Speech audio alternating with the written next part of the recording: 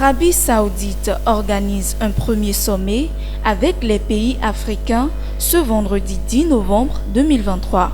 Le président de la République, Patrice Talon, est arrivé dans la soirée du jeudi 9 novembre 2023 à Riyad pour y participer. À sa descente d'avion, Patrice Talon a été accueilli par le vice-gouverneur de la région de Riyad, Son Altesse Royale, le prince Mohamed bin Abdulrahman, Adam Bagoudou Sakari, ambassadeur du Bénin près le Royaume d'Arabie Saoudite, Romuald Wadani, ministre d'État, et le ministre des Affaires étrangères, Cheikh Adjadi Bakari. Ce sommet permettra au Royaume d'Arabie Saoudite de renforcer sa coopération politique et économique. Ce sera l'occasion de sceller des partenariats dans plusieurs domaines. En ce qui concerne le Bénin, la signature de plusieurs accords de coopération est annoncée à l'occasion du sommet. Ces accords qui seront signés avec l'Arabie Saoudite concernent notamment le financement du projet de construction d'un lycée scientifique à Porto Novo et de la construction d'une école normale supérieure pour la formation des instituteurs à Parakou.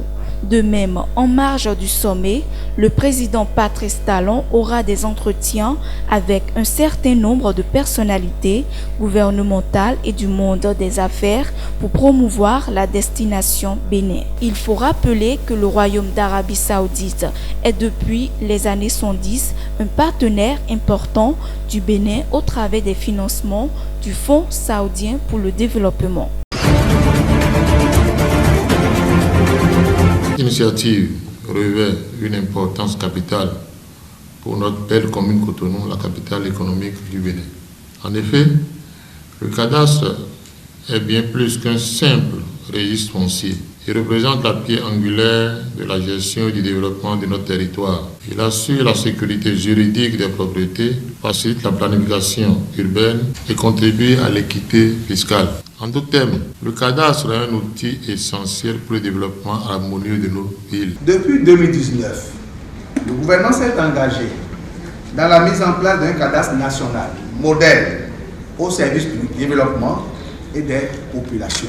L'élaboration du cadastre, dans la vision du gouvernement, permettra de sécuriser et de démocratiser l'accès à la propriété foncière, d'une part, et d'autre part de moderniser, dynamiser et professionnaliser le marché immobilier national. Il s'agit surtout d'œuvrer pour le développement et la mise en place d'un outil de gestion foncière et domaniale performant et efficace, répondant aux besoins de la population en proie à des litiges fonciers incessants. Il faut dire que c'est l'ultime étape qui permet de s'assurer qu'à partir d'un moment donné, toutes les informations qui sont dans une base de données cadastrales sont exhaustives et complètes. Réduction de conflits, sécurisation juridique des terres, l'augmentation des investissements privés et la stimulation de croissance économique, l'augmentation des recettes d'État et de les communes, l'amélioration de sécurité alimentaire, productivité et de revenus d'exploitation agricole, tremplin pour l'amélioration de l'aménagement de territoire, l'optimisation de gestion d'espace et des ressources naturelles, l'accès plus facile au financement pour les individus et les entreprises. Je profite de cette occasion pour exhorter tous les habitants de Cotonou, la diaspora et toute personne détenant des terres dans les arrondissements 1 à 8 de Cotonou à se manifester et à participer activement à ce processus. Enregistrer vos terres dans le cadastre est un acte de responsabilité envers notre communauté et notre avenir. La collecte de ces données est cruciale dans la résolution des conflits fonciers et la protection des droits de propriété. Les travaux de la 6e édition du Salon Afrique Unie SAU ont démarré ce jeudi 9 novembre 2023 au Palais des Congrès à Cotonou. Économie créative et technologie immersive, quel enjeu pour l'Afrique? C'est le thème central retenu pour cette édition, la première sur le continent africain. Le Bénin, premier pays africain à accueillir ce salon. Le Salon Afrique Unie est porté par une équipe pluridisciplinaire issue de différentes nationalités, raison pour laquelle il a pour vocation de se réaliser dans différents pays africains. Aujourd'hui, c'est le Bénin. Alors, pourquoi avions-nous choisi le Bénin pour accueillir la première édition en Afrique après 5 éditions en France? Le Bénin, depuis quelques années, est un pays en pleine mutation, dynamique sur le plan économique, touristique, par la mise en lumière de son riche patrimoine matériel et immatériel, un climat des affaires plus rassurant, offrant des garanties en matière d'investissement, et notre vocation en tant qu'afro-descendants africains est d'accompagner ce processus pour l'unité et le développement de l'Afrique, d'où le Salon Afrique Unie. L'organisation de la 6e édition du Salon Afrique Unie, ici à Cotonou, est une fierté nationale. Je voudrais personnellement exprimer ma gratitude et celle de la Chambre de commerce et d'industrie du Bénin pour le choix porté sur le Bénin. Un choix qui rime avec la vision de l'institution consulaire qui est de bâtir une communauté d'affaires plus forte, résiliente et diversifiée. C'est aussi l'occasion d'exposer aux participants les atouts que dispose le Bénin dans le domaine des affaires et qui font de lui la destination de choix pour de beaux séjours touristiques et des investissements en Afrique. Chers invités, le Bénin vous ouvre grand ses portes. Et nulle part actuellement, dans la sous-région ouest africaine, vous n'aurez accès à cette dynamique et à ces facilités qui vous sont offertes. Notre pays, comme vous le savez, sert de port naturel à 3 pays enclavés de la CEDEAO, que sont le Burkina Faso, le Mali et le Niger.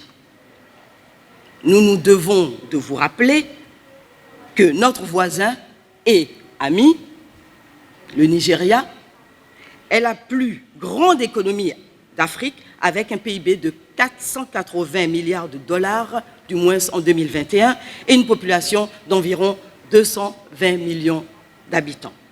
Enfin, ici, vous êtes dans un cadre incitatif pour vos investissements. La ville de Cotonou est un carrefour d'échanges internationaux. Nous avons la responsabilité de faciliter ces échanges.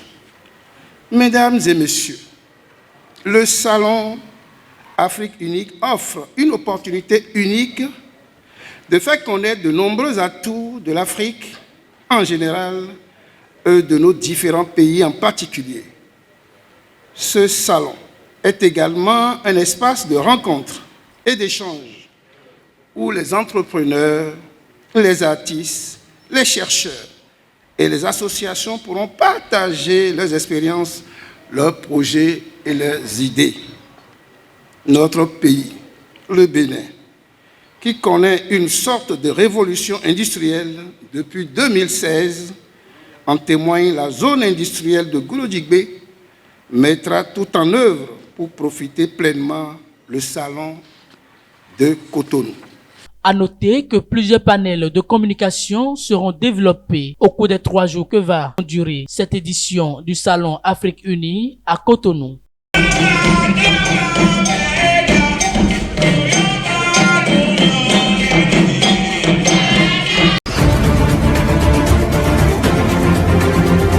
Je demande aux autorités, le maire et ses adjoints, les CA, les CQ et ses conseillers, de penser à ce pont qui sépare les 2 quartiers du 6e arrondissement ici, Rindé Nord, Rindé Sud. Depuis le 25 juillet 2023, ce pont a été fendu. Jusqu'à présent, rien n'a été fait. On a parcouru partout, on a divisé golf, tout, mais jusqu'à présent, rien ne va pas du tout. Aujourd'hui, on a fait le pont en bois comme ceux qui sont Soava, Sozunko, le pont qu'ils font dans leur domaine là-bas. On a pensé cotiser l'argent nous-mêmes pour faire le pont en bois, mais ça n'a pas duré. Il y a eu une grande pluie et la pluie a envahi le pont. Maintenant, il n'y a plus de voies passer, il n'y a plus d'accès même. Même les élèves pour aller à l'école, c'est difficile.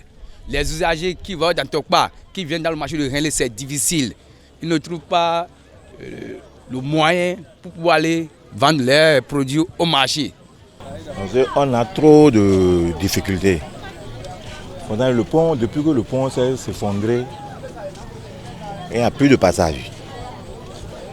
Et c'est le pont là qui sépare Rendé 2 et puis Rendé 1. Pour ne pas dire Rendé Sud, Rendé Nord. Bon. Depuis que le pont s'est effondré, les marchands là se sont associés et ils ont fabriqué un pont en matériaux précaires. Bon, il y a une pluie qui est arrivée là, qui a tout ramassé, c'est ça, vous voyez vous-même. C'est ça qui a tout ramassé.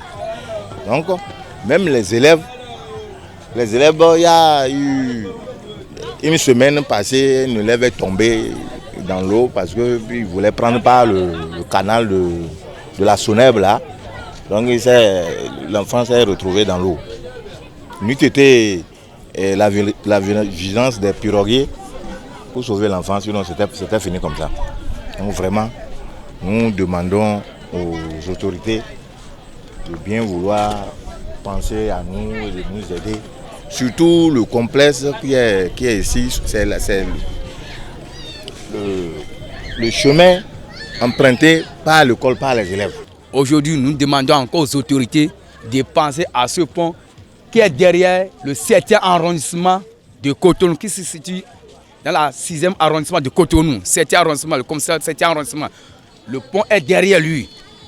Que le gouvernement n'a qu'à penser à ce pont. Sinon, ça ne marche pas du tout chez nous.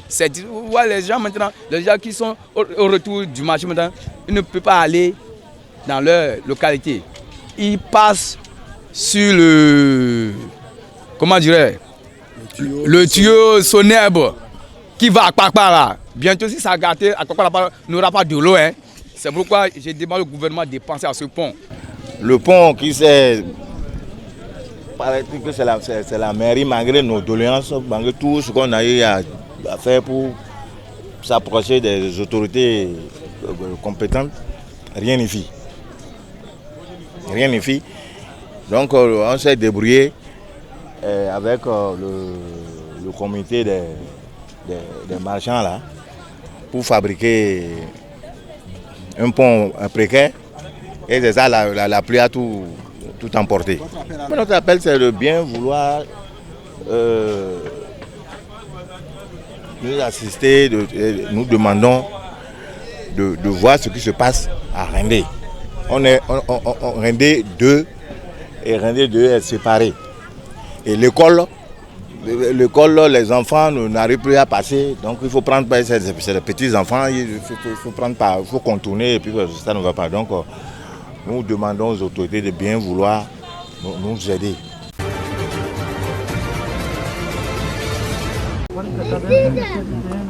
Quelques tentes rudimentaires et juste le nécessaire pour survivre, c'est tout ce qui reste aux personnes déplacées qui ont fui les violences djihadistes dans la région de Talatay, dans le nord-est du Mali. Des groupes affiliés à l'organisation État islamique contrôlent de vastes zones du pays et terrorisent la population. Daesh nous a ruinés. Ils ne nous ont laissé ni bétail, ni biens ménagers. Ils ont même pris nos couvertures. Ils nous ont pris tout ce qui était essentiel à la survie.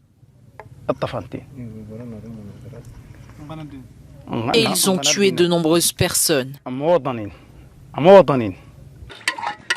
Déplacés par la violence djihadiste, ces éleveurs ont trouvé refuge dans la région de Kidal. Mais cette zone est également confrontée à des groupes séparatistes touaregs qui ont progressé depuis le récent retrait des forces de l'ONU. Nous préférerions être chez nous parce que nous y élevons notre bétail et que c'est là que nous avons vécu toute notre vie. Ici, nous survivons grâce à Dieu et aux habitants de Kidal. Les humanitaires ont lancé un appel pour aider ces réfugiés exténués par un voyage de plusieurs jours à pied dans le désert. Le dernier recensement faisait état de 12 000 personnes venues se réfugier à Kidal. Nous avons entrepris plusieurs actions dans le cadre de leur accueil et de leur installation. Et on a fait beaucoup de plaidoyers pour que des acteurs humanitaires interviennent pour les aider. Le nord du Mali est le théâtre depuis août d'une escalade militaire. Le retrait de la mission de l'ONU a déclenché une course pour le contrôle du territoire entre l'armée régulière, les séparatistes et les djihadistes.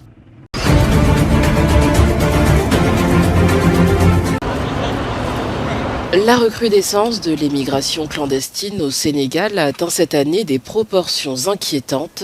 Le président Macky Sall a donc ordonné à son gouvernement mercredi la mise en place de mesures d'urgence afin d'endiguer le flux croissant des départs vers l'Europe.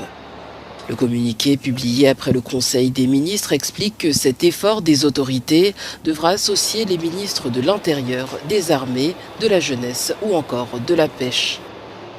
Depuis ces derniers mois, les interceptions ou les sauvetages dans l'Atlantique au large du Sénégal sont de plus en plus récurrents. À cela s'ajoutent les drames liés au naufrage. Entre le 1er janvier et le 31 octobre de cette année, pas moins de 30 700 personnes sont arrivées aux Canaries, archipel espagnol et porte d'entrée de l'Europe. Et selon Frontex, l'agence européenne de garde-côtes, la majorité des arrivants sont originaires du Sénégal et du Maroc.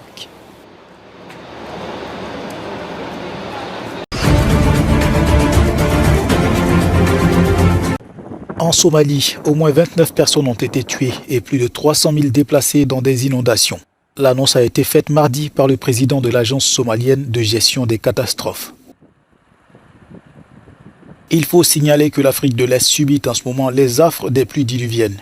Le phénomène climatique El Niño amplifie les précipitations de la saison des pluies dans la région, avec des conséquences également dévastatrices. Il a déjà causé 20 morts en Éthiopie et 15 au Kenya.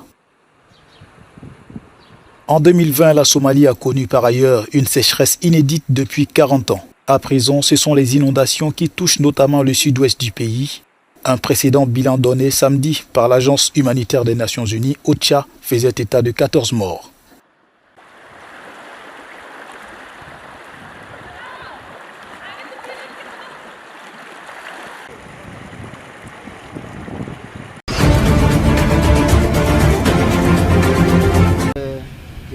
La perpétuité a été requise jeudi contre l'ancien Premier ministre du Burundi, Alain-Guillaume Bunyoni, accusé d'avoir voulu renverser le régime constitutionnel.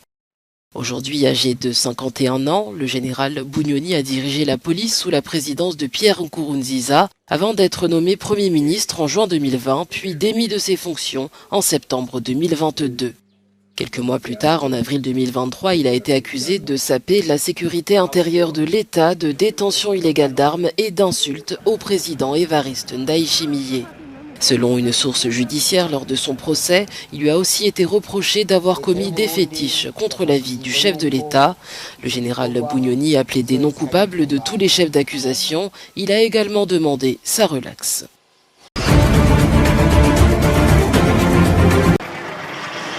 À Madagascar, la plateforme de dialogue et de médiation dirigée par le Conseil œcuménique des Églises chrétiennes et soutenue par des personnalités dont la présidente de l'Assemblée nationale a appelé jeudi au terme d'un huis clos à la suspension de l'élection présidentielle qui doit en principe se tenir le 16 novembre prochain. La médiation préconise également la suspension de la campagne électorale et l'arrêt des manifestations de rue. Le processus électoral doit être conforme aux normes internationales. Ce n'est pas le cas en ce moment avec les élections que nous essayons d'organiser le 16 novembre. Nous demandons instamment la suspension du processus électoral. Selon la plateforme, cette pause devrait permettre d'évaluer et de rectifier les failles identifiées notamment dans les listes électorales, mais également d'apaiser les tensions qui secouent la Grande Île depuis des semaines. La suspension d'une élection présidentielle n'étant pas prévue par la loi malgache, la proposition devra faire l'objet d'un accord du gouvernement pour être effective. Cependant, cette proposition passe mal dans le camp du président sortant Andry Rajoelina. Sa porte-parole a qualifié de farfelue cette idée. Mais du côté du collectif des candidats de l'opposition, cette proposition arrive à point nommé.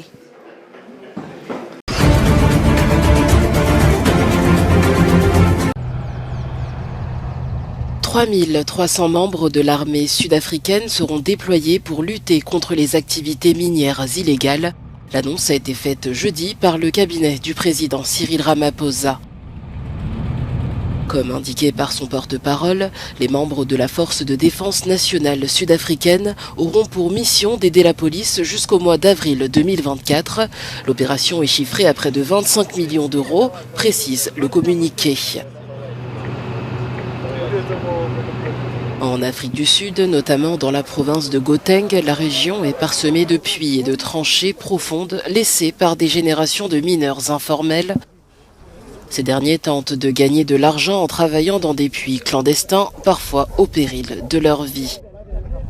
Mais ces opérations illégales affectent également les mines en activité. Les entreprises se plaignent depuis des années pour leur argent et la menace que cela représente pour leur personnel.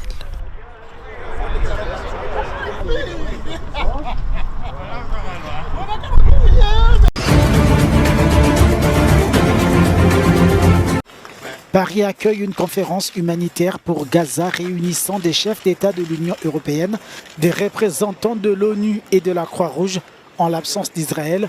L'objectif est d'apporter des réponses concrètes à la situation des habitants de l'enclave palestinienne soumise à l'offensive de l'armée israélienne en réponse aux attaques du Hamas sur leur territoire le 7 octobre dernier. Aujourd'hui, la situation est grave et se dégrade chaque jour davantage. Dans l'immédiat, c'est à la protection des civils qu'il nous faut travailler. Il faut pour cela une pause humanitaire très rapide et il nous faut œuvrer à un cessez-le-feu.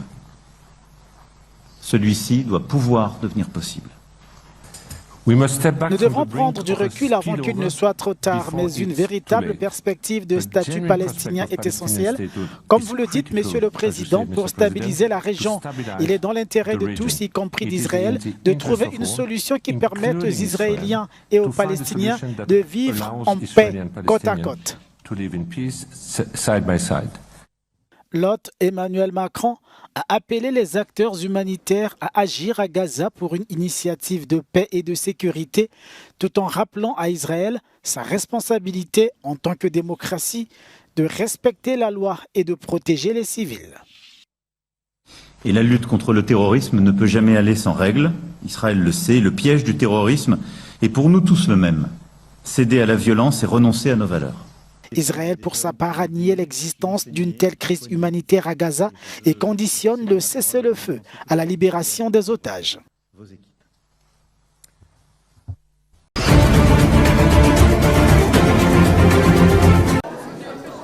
L'accord signé lundi à Rome par la première ministre italienne Giorgia Meloni et son homologue albanais Edi Rama prévoit l'ouverture en 2024 en Albanie de 2 centres d'accueil pour migrants sauvés en mer.